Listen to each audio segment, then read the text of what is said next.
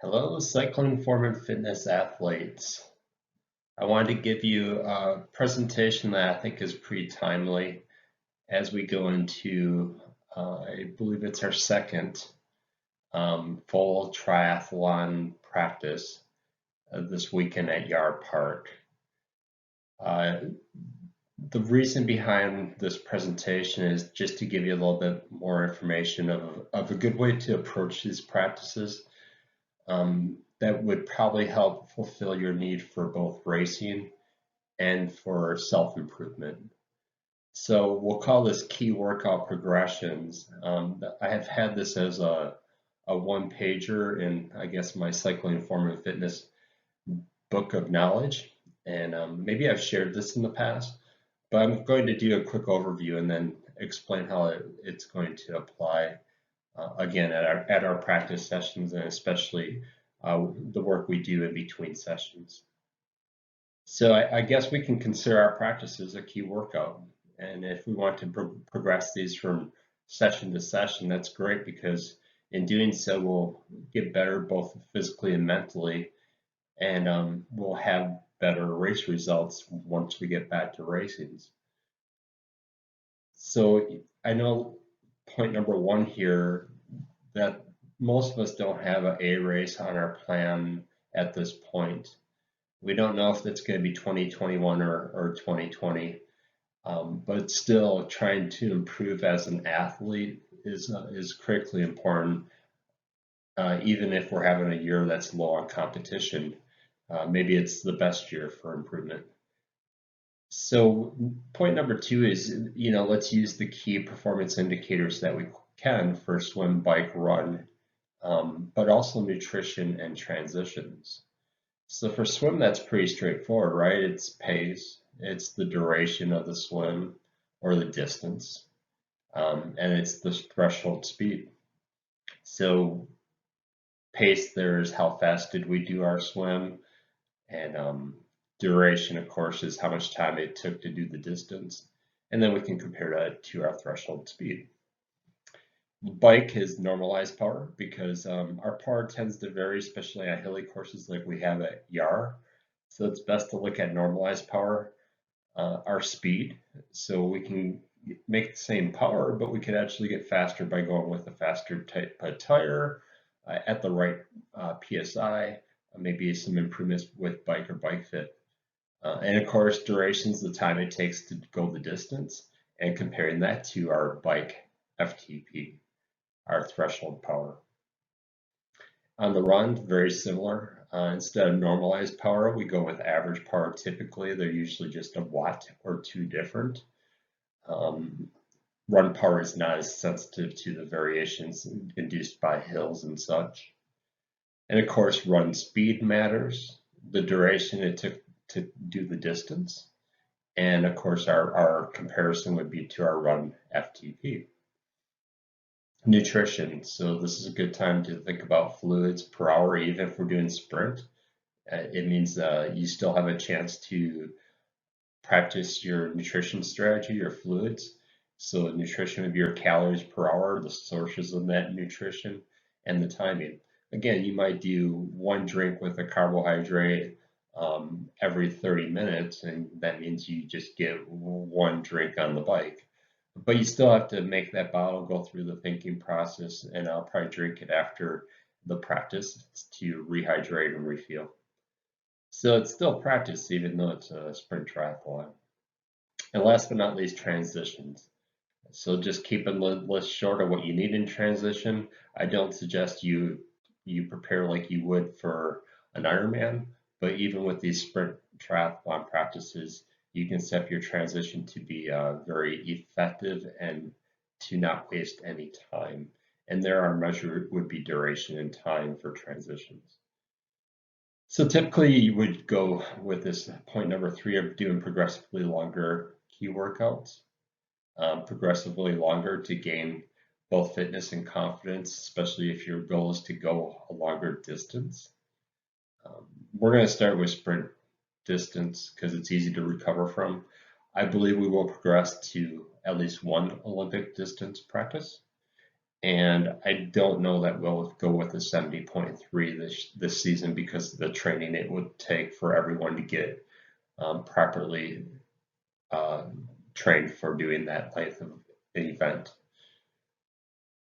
We typically do these progressions through the pre-competition phase and the competition phases.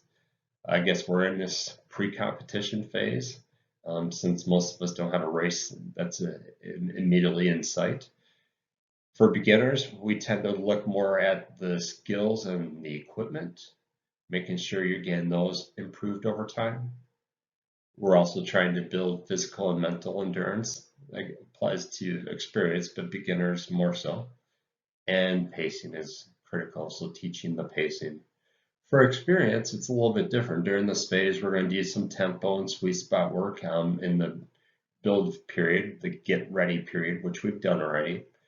Now we're doing some threshold work in pre-competition, both in training and in actually doing these race practices. We're going to sprinkle in some mixed intervals to help with speed and endurance. They just kind of blend and keep things interesting. And we need to have those harder intervals so that we have those systems available on race day. And last but not least, even if a race comes up, you can keep these versions relatively short and still gain the benefits of great technique and bring what you have learned into your race. So I'm going to take my video off here so I can show you the table below. My idea is to keep this for every sprint practice that we do. For all the individuals that I have training data on, which would be in Training Peaks. And the only thing I'm not including here, which you'll see, is a transition 1 and a transition 2 time. Based on the way our watches work and the data in Training Peaks, and if we lock up our bikes or not, it's not very relevant. But keep working on trying to get better at transitions and ask me if you need help. So this is Suzanne's from the Yard Park Practice Triathlon that was June 13th. Up in the upper right box, you'll see her swim threshold, her bike threshold for FTP, and her run threshold for FTP. And then we break down the results. This is a little bit hard to see, but it was 18 minutes for her swim, and we think we did about 850 yards for that first one. The time was 2 minutes, 0.12 minutes, so it's 2.12 minutes. That translates to 127 seconds. When you compare that to her FTP, that was 94%. Most experts would say you should fall in between 95 to 105% of your FTP swim speed in a sprint triathlon. So she was just a little bit low there at 94%, so I shaded it yellow, maybe an area that she can improve. Moving on to the bike, we had a 12.4 distance, took Suzanne 43 minutes. Now she's up to 61 minutes total, and her pace for that bike was 17.30 miles per hour, and her normalized power was 137 watts. That falls in at 93%, which is in that window of 90 to 100% of FTP. So that's great. And last but not least, the 3.1 mile run. She did that in 35 minutes. So that totals up to 96 minutes. Her pace on the run was 11.29 minutes per mile. Her average power for the run was 179 watts, which falls in at 96%. On the low side, but within 95 to 105% of her FTP. So in review, we can progress, we can compare these, and I'll send your race to race comparison. Some have not done one of these simulations yet, so you'll get your first one after we complete this weekend's practice. And work on it. Just try to get better each time. And it's not always trying harder. It's just being very efficient, effective with what you got, and doing good training between sessions. And you can almost always squeeze out some time improvement. Same thing with your equipment, bike tires, whatever it might be. Just some progression that helps you do a little bit better at the next one. And sometimes weather conditions are going to be slightly different, but then this power is really important. If you did more power and it was a super strong headwinds, yeah, your speed might be a little bit lower, but it's still a good comparison. So if you have any questions, please let me know. If not, please use this guide as a way forward to feel good about what you're doing on these practice sessions. And I look forward to our July 4th event and hopefully a little bit of a party and celebration afterwards. Thanks for taking the time to listen to me. I'll send this out to each one of you a little bit later today. Thank you.